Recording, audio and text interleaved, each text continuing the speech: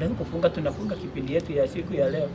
Kwa muda mchache tuweze kusalimia watu wawili watatu, ili tukaweze kuenda kwa mambo ingine.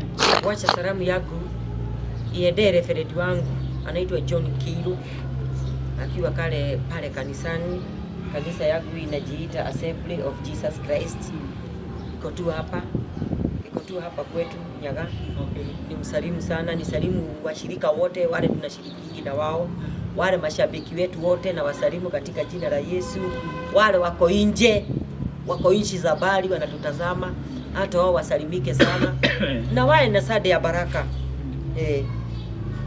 Ni vizuri, na mimi wacha nitangulie na kusema pole kwa familia ya Miriam. Ni rafiki yangu ambaye tulikuwa ananipea kazi, ni customer wangu na ni rafiki yangu ambaye ametuacha jana. Naomba familia yenu ikaweze kufarijika.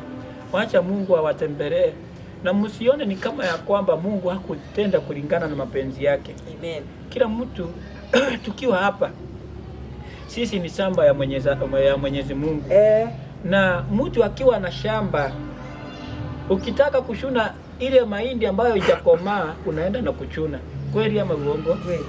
Ukisikia unataka kukula ile ya mchungo, ile ya kuchemsha, unaenda unachuna na unakula. Na ukitaka ile ya kupika githeri, ile ya mahindi ngumu, hivyo tu. Kwa hivyo wacha tuseme Mungu aitwe Mungu kwa yale yote ambayo yametendeka. Kile ya maana ninajua ya kwamba damu nzito kuliko maji. Mnasikia mmepoteza mtu wa maana.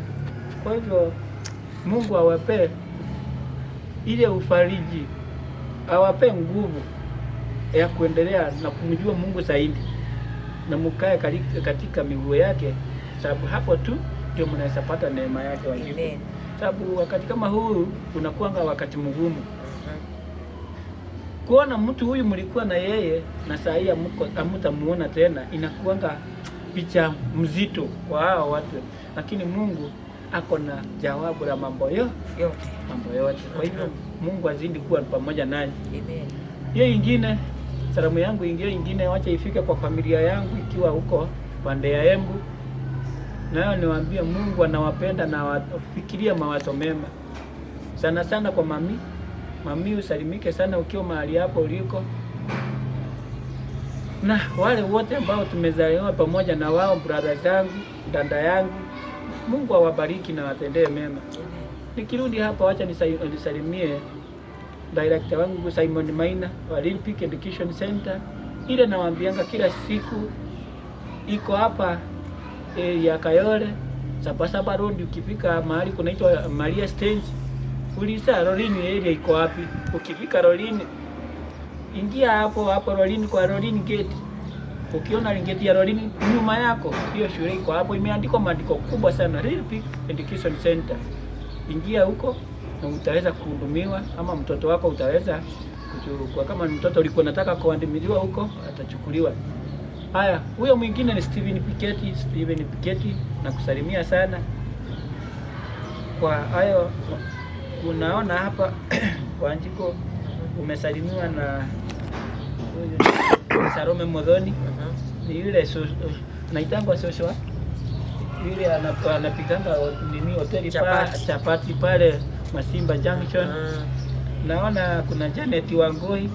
Janet Wangoi naye ako pale ile Rolini area. Kuna Nancy Jerry, ni yule msichana wako. Amekusalimia sana. Kuna Ann Kefa na yeye, asante sana kwa kutusalimia Ann Kefa, na umepotea sana. Siku mingi sijakusikia. Frederick Yatich, congratulations of today. Wacha tusikie maneno la Mwenyezi Mungu, tamu sana.